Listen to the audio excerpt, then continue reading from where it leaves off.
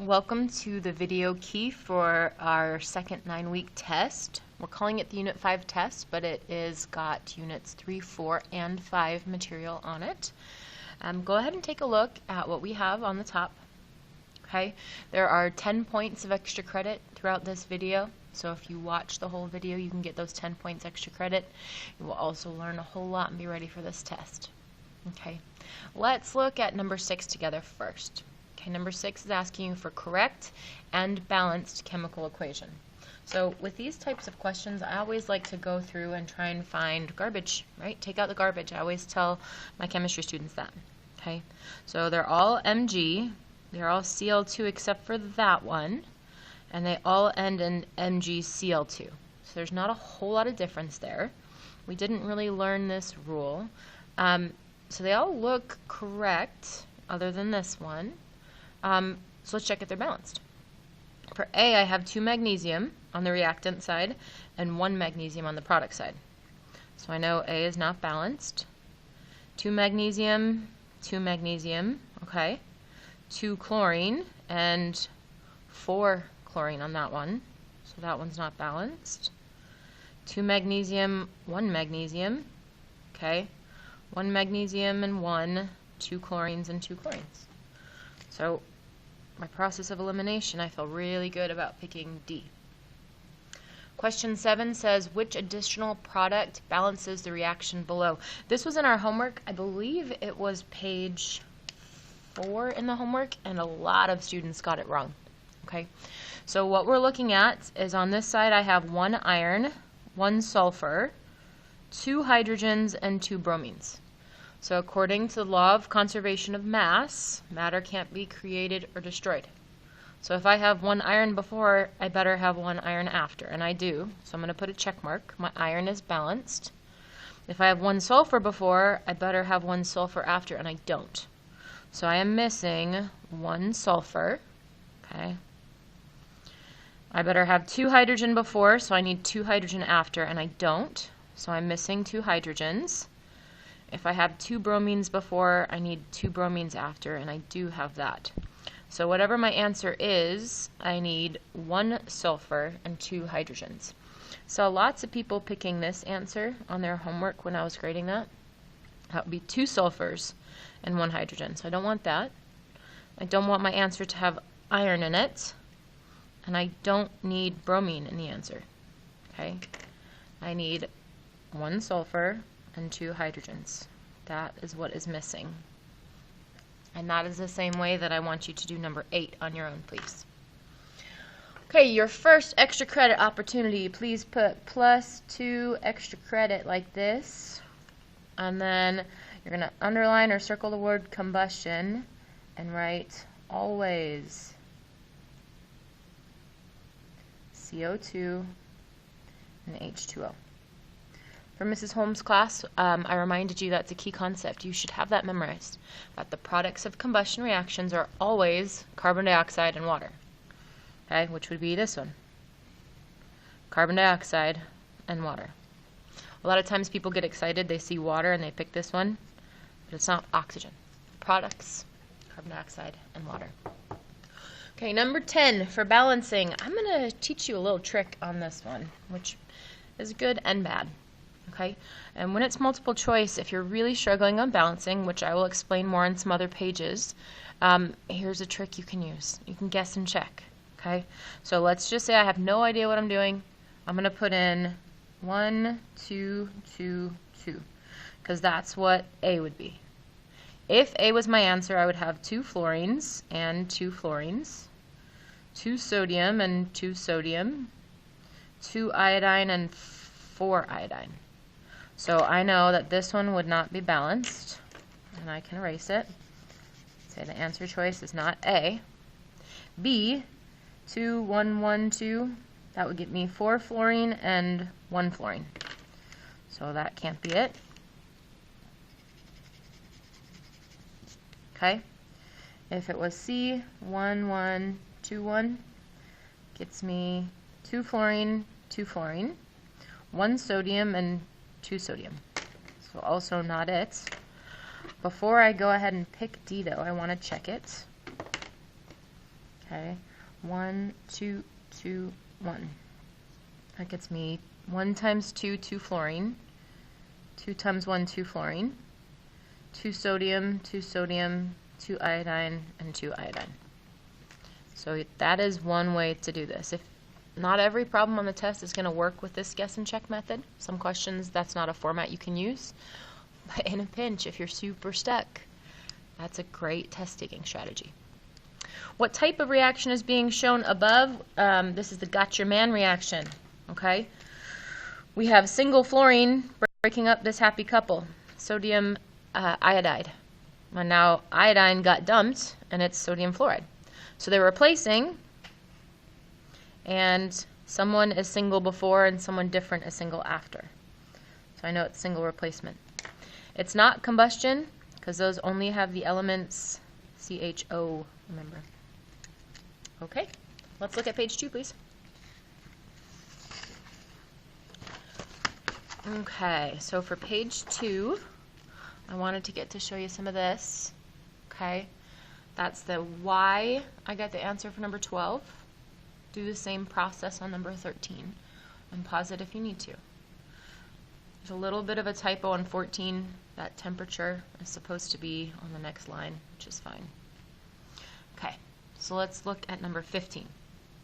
It says, in lab, Miss Safford notices a beaker bubbling. So I'm going to underline this. Bubbling, forming a precipitate, and changing colors. She is observing A was definitely a reaction. All right, we're going to get rid of that one. Something is happening. So the question is it a physical or a chemical change? So we learned, gosh, in units 3 and unit 4 that this is evidence of a chemical reaction. If it's bubbling, it's making a gas. If it's changing colors, it can't be undone. So that means that is a chemical change, not a physical change. Number 16, you just got extra credit for writing this down on the front. If CH4 reacts with oxygen, that means it's only the element CHO, so combustion. Okay, combustion reactions always have the products carbon dioxide and water. Okay, I'm going to take a look at some of this balancing with you. Please just know if you're struggling on balancing, go watch the rainbow balancing video. I'm going to write this down. Okay, type in rainbow balancing, ORHS, home, chem. It's a different strategy. It's more guess and check. It's a little prettier. It's a little more visual. Okay. Otherwise, I'm going to do the ping pong method now, and I am not going to write in a pretty color, but I'm going to write in a pencil. Okay. Got gallium and oxygen as reactants and as products. This is a synthesis reaction. I have 2 reactants combining to 1 product. So before anything reacts, I have 1 gallium, 2 oxygen, 2 gallium, and 3 oxygen. So because I've been doing this a while, I notice my biggest problem is oxygen. Usually I start at the top, but I'm going to come right to oxygen. And how do I turn a 2 into a 3 or a 3 into a 2? Anytime you have something like that, your only option is the least common factor. It's to turn them both into 6. You multiply them together. So for this one, I'm going to need to say oxygen times 3 will get me a total of 6. And oxygen times 2 over here will get me a total of 6. That's going to be the only way to balance this.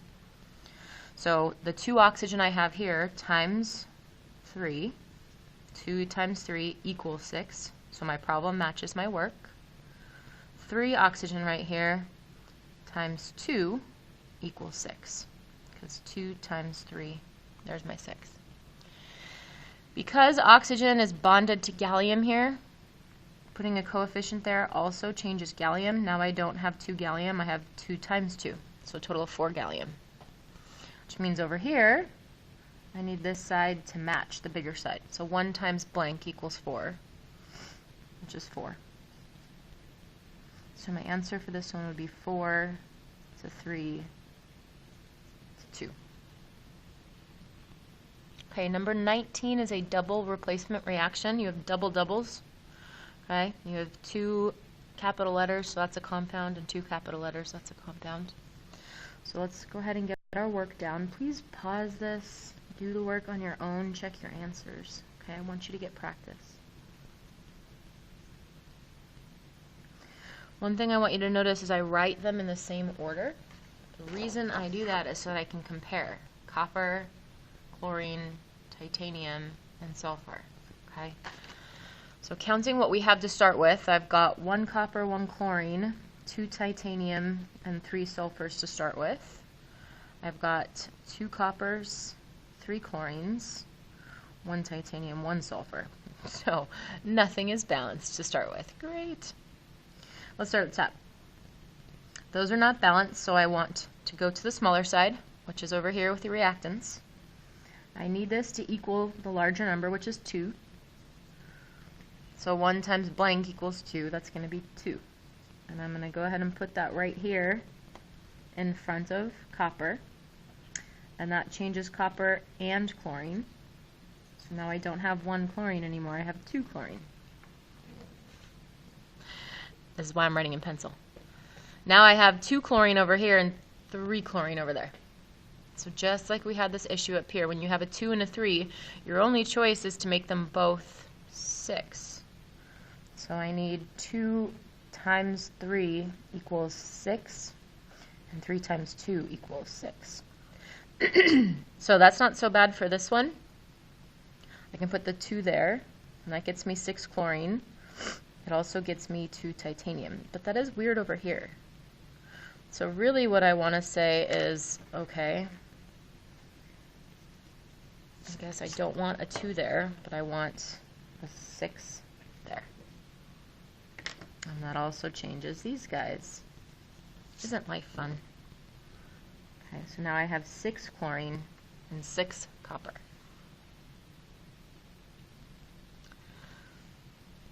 Then I'm going to need sulfur to be times 3 over here.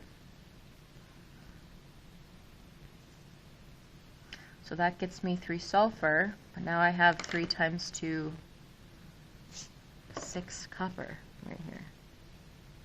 Okay, so let's try this again. I've got 6 copper on this side and 3 times 2, 6 copper on this side, so those are balanced. 6 chlorine and 2 times 3, 6 chlorine. So those are balanced. 2 titanium and 2 times 1 titanium. 3 sulfurs and 3 times 1, 3 sulfurs. So this blank is just an invisible one if you want to add that in or not. 6 to 1 to 2 to 3. And that is a pretty difficult problem.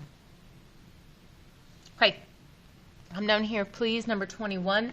This is what we learned in day 3 notes. Okay, just barely we started looking at this. But it says oil rig. That is something to memorize. That's something to write on your test once you get it. But oil rig stands for oxidation is losing electrons. Reduction is gaining electrons. So what I want to offer you, if you put this box and +2 EC for 2 points of extra credit, is to say usually metals are messy.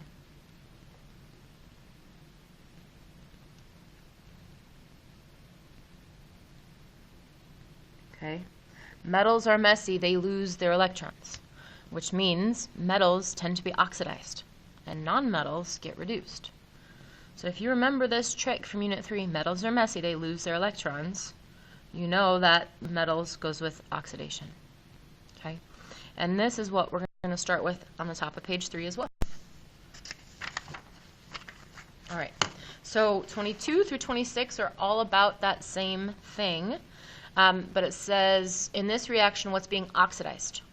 So if oxidation is losing electrons, lose, and we said that metals are messy, they lose their electrons, then really this question is asking you which one is a metal. Okay? Calcium or fluorine? Calcium wants to lose its valence electrons. Fluorine wants 1 more. So calcium will lose and be oxidized in this reaction because it's the metal.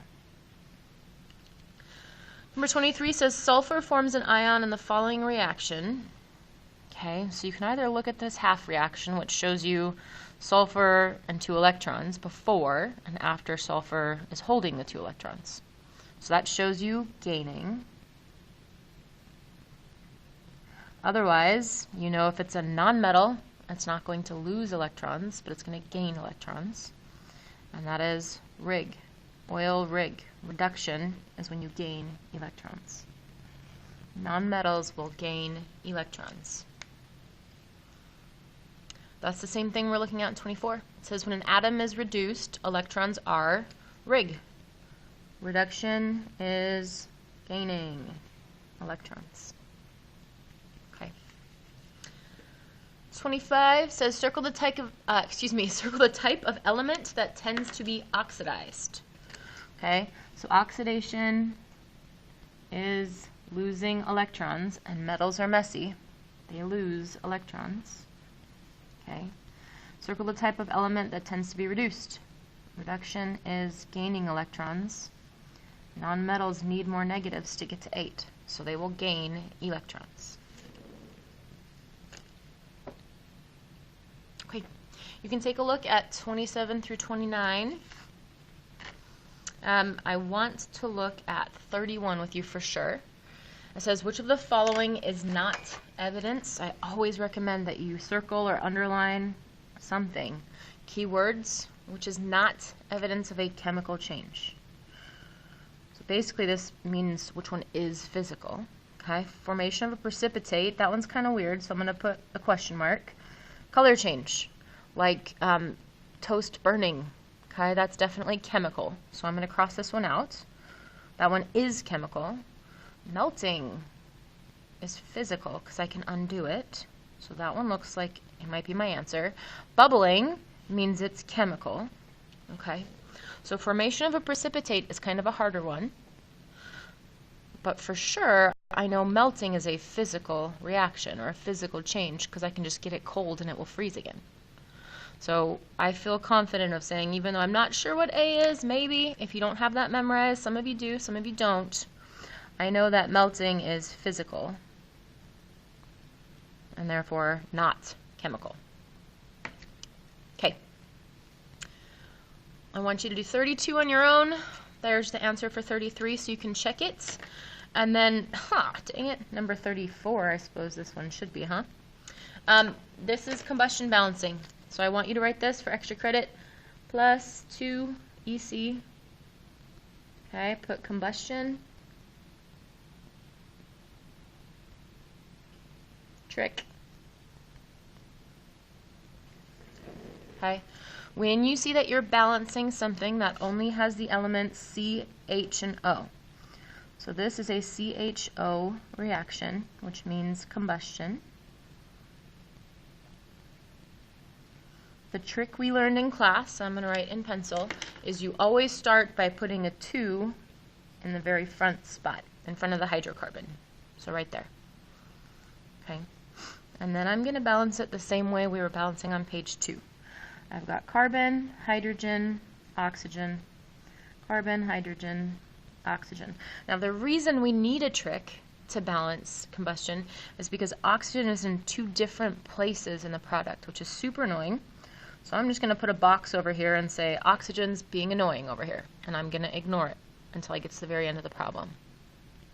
So if I have this 2 out front, I've got 2 times 4, total of 8 carbon, 2 times 10, total 20 hydrogen, and right now just 2 oxygen. Okay. On the product side, I've got 1 carbon, 2 hydrogen, and an annoying oxygen that I don't want to talk to you right now. So we're going to start by doing this. Okay. 1 times blank equals the larger side, which is 8 for now. 2 times blank equals the larger side, which is 20.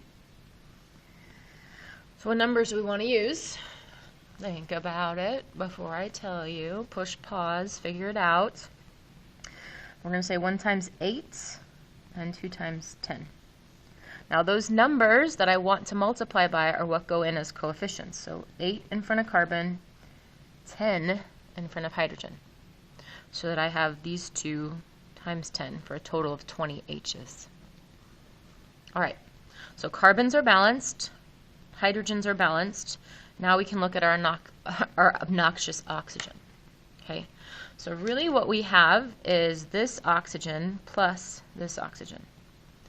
So 8 times O2 is a total of 16 oxygen right there, plus 10 times O1, 10 oxygen there.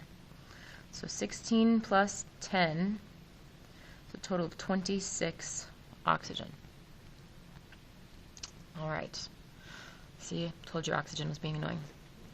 So now on the smaller side, which is over here, I'm going to say 2 times blank equals the larger side of 26.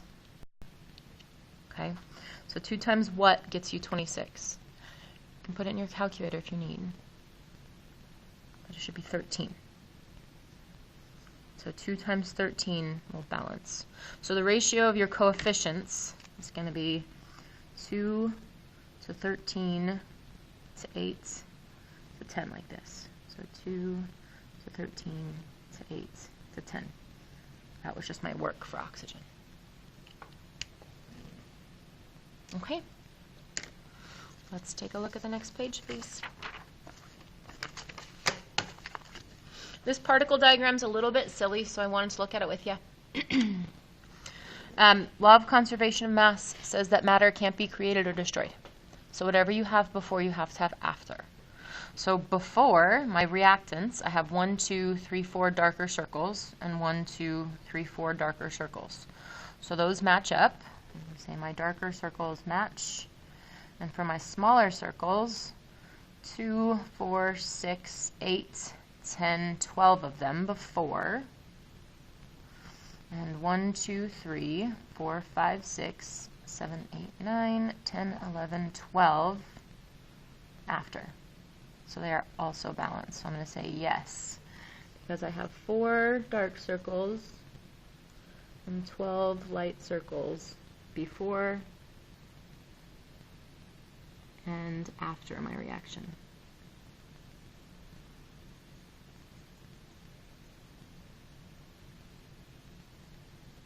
Okay. We're going to do number 36. Number 36 is a lot like 35 if you need help on that one. Okay. It did not copy well, so if you need to check those numbers, we're looking at this. Okay. But really what we're saying is law of conservation of mass, just like we did on 34. Whatever you have before the reaction total, so this plus this, has to equal what you have after the reaction. So basically I have 24 plus 32 equals X. Ignore the fact that this is a chemical equation. How do you solve that, right? You just add them together.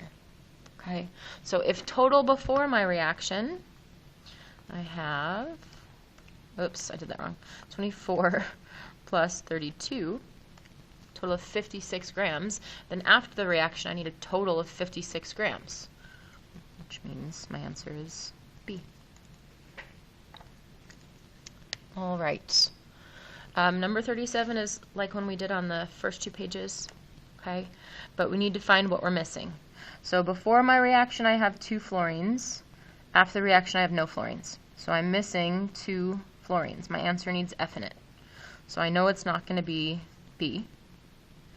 This one has 2 fluorines. This one has 2 fluorines, and this one has 2 fluorines. Okay, before my reaction I have 2 sodium. After the reaction I have 0 sodium. So I'm missing 2 sodiums. So this one only has 1 Na. This one has 2 Na, and this one has no Na. I have 2 bromines before and 2 bromines after, so this is all I need to balance that reaction. For number 38, it's our hope as chemistry teachers that this is easy type of question for you. Okay, that's page 2 in your notes from this unit. The 5 types of reactions. If you did your reactions project, which not enough of you did, hopefully this will be easy for you as well. Okay, so the type of reaction for A is single bromine replacing iodine. Okay, so we have a replacement for sure, And bromine is by itself before, and now iodine is by itself. So that means it's a single replacement. For B, you have one thing bonded together, and then two pieces broken apart. So you're going from one reactant to two products, which means it's breaking apart, which we call decomposing or decomposition. C is a replacement as well. You have gallium bonded onto nitrite, and now you have lithium bonded onto nitrite. So we definitely have something being replaced. Lithium was single before, and after, gallium is single. So this one is also a single replacement reaction. Okay. A double replacement reaction, let me see if I can find a good one for you, is going to look more like this one on 33, where you have iron and hydrogen switching spots, but no element is single before or after. That would be a double replacement. Okay. Intensive and extensive properties, the bottom of page 4. Okay, this was from Unit 3 notes. Okay, so go ahead and write, I'm going to switch colors. Go ahead and write some more extra credit here. Put +2 extra credit if you write intensive, and underline or circle your intensive, equals in common. Okay, I'll just highlight this. Intensive is in common. Okay, so things that they do not have in common, if you have a little chocolate chip and a big Hershey's Kiss, they do not have mass, volume, or amount in common, so we'd call those extensive. An ice cube and iceberg freeze at 0 degrees Celsius. Freezing would be considered extensive or intensive. So is this chocolate going to freeze at the same temperature in common or at different temperatures? It doesn't matter how much water you have. It freezes at 0 degrees. It doesn't matter how much chocolate you have. It's solid at room temperature. So I would say that's something that those properties have in common. No matter how much you have, the freezing point doesn't change. The mass of an ice cube is 45 grams, and of an iceberg is 10,000 kilograms. So that is not something that they have in common. Mass is different between them. So I'm going to say not in common, but extensive. Having more of a substance changes that property. All right, let's look at page 5. Page 5 is a lot of review from units 3 and 4, which are on this test as well. Okay, so the only thing that we need to finish on 43 is the Roman numeral. Yes, I said the word Roman numeral, I know. So chromium is over here in the B groups, which means it needs Roman numeral. Its charge can change. So in order to find the charge, we need to uncrisscross. So whatever charge this chromium is making is right there now. So this chromium must be making a 3 charge. Cr making a 3 charge. Because we know fluorine needs 1 negative to be like the 8. That's why there's a 3 back here. Because chromium was making a 3 charge this time. Okay. For number 44, it's the same way I did 45, where I need to check, does gold need a Roman numeral? Gold is AU right here. It's near the exception block, but it's not in the exception block, which means gold needs a Roman numeral. So A is a garbage choice. It has to have a Roman numeral. It could be 1, 2, or 3, but it definitely needs a Roman numeral. Okay? So is it gold 1, gold 2, or gold 3? So it looks like this gold must be making a 1 charge if there's a 1 right there. So I'm going to check that. If gold is making a 1 charge, and it's bonding on with phosphide, which I know makes a 3 charge, that matches the question. So yes, this gold must be making a 1 charge. If it was making a 2 charge, there'd be a 2 back here, and there's not. If it was making a 3 charge, there'd be a 3 back there, and there's not. Okay. Taking a look for these ones, Extra credit on this page, go ahead and put +2 extra credits. Almost right is wrong.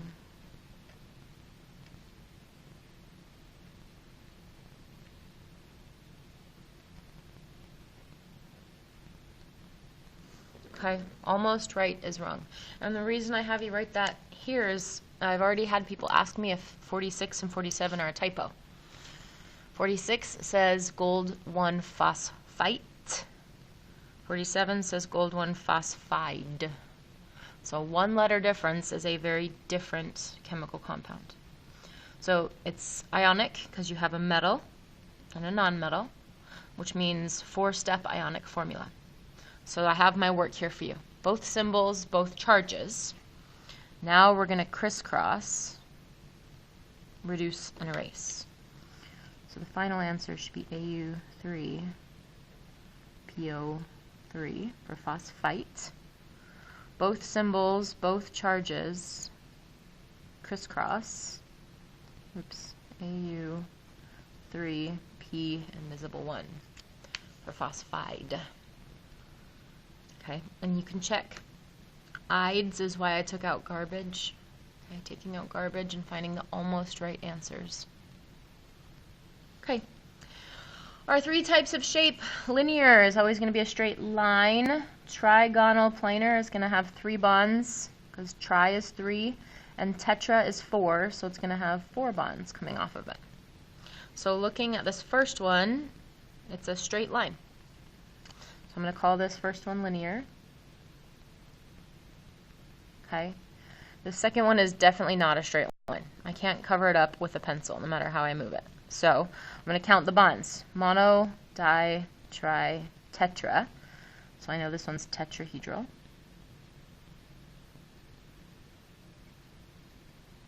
The other way you should know is that carbon is often in the center of tetrahedral molecules.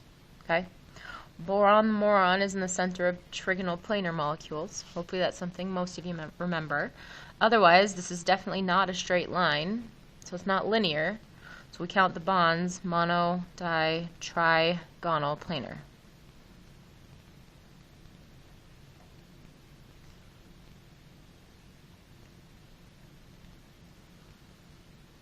Okay. Molar mass. Remember, molar mass is the same as atomic mass. So for lead, we're looking right here. 207.2. Now this number is how many atoms are in a mole of lead. Okay, if you turn this over, it says particles per mole for Avogadro's number. But that's not the mass. That number's not. So be careful when you're using Avogadro's number and when you're not. Alright, if you need help on this one, I'm going to do one just like it on page 6. So come look right here. Whew, we're almost done. Okay. 53 is asking you for the molar mass of lithium phosphide. Okay, which means 3 lithiums plus 1 phosphorus. So I'm going to go ahead and write, because it says show my work, because I want credit, I'm going to say lithium, I have 3 of them, times what it weighs on the periodic table, which is 6.941. Times 6.941. And I'm going to show my work because I'm going to need it anyways. 3 times 6.941. 20.823. Okay. And then I have 1 phosphorus. And the molar mass of phosphorus is right here, 30.974. Okay, so I have 3 of these. I need to add it to one of those. So plus 30.974. The total molar mass of this compound then is 51.797, and that unit is grams per mole. So that's 53A. 53B says, what's the percent composition by mass of lithium in lithium phosphide, of lithium? So percent anything, percent correct on your test, percent of pizza that you ate, percent of money you pay in taxes is the part divided by the whole times 100. So the part of the money that's taken for taxes divided by your whole paycheck times 100 is the percentage. So if I want to know what's the percent of lithium in lithium phosphide, I need the part of the mass that's this lithium, which is Li3, divided by the whole mass of Li3P. So that's this number, the part, 20.823, divided by the whole, which is this guy, 51.797, and then I'm going to multiply that by 100. Okay.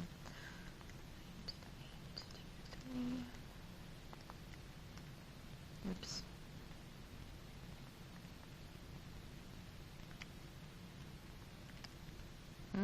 Trying to go too fast. 40.2%.